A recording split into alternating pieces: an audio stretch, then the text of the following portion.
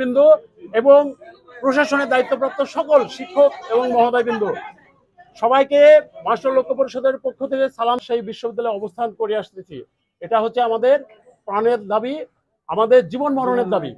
আগে থেকে এই বিশ্ববিদ্যালয় প্রশাসনের কাছে আমরা দাবি জানিয়েছিলাম যে আমাদের এই মৃত্যু উপত্যকা থেকে আমাদেরকে উদ্ধার করবেন।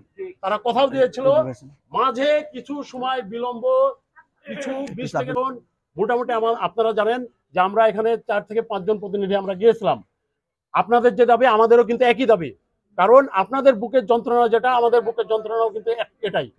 সেই জন্য আপনার দাবির সাথে আমাদের দাবি একমত। ওই জন্য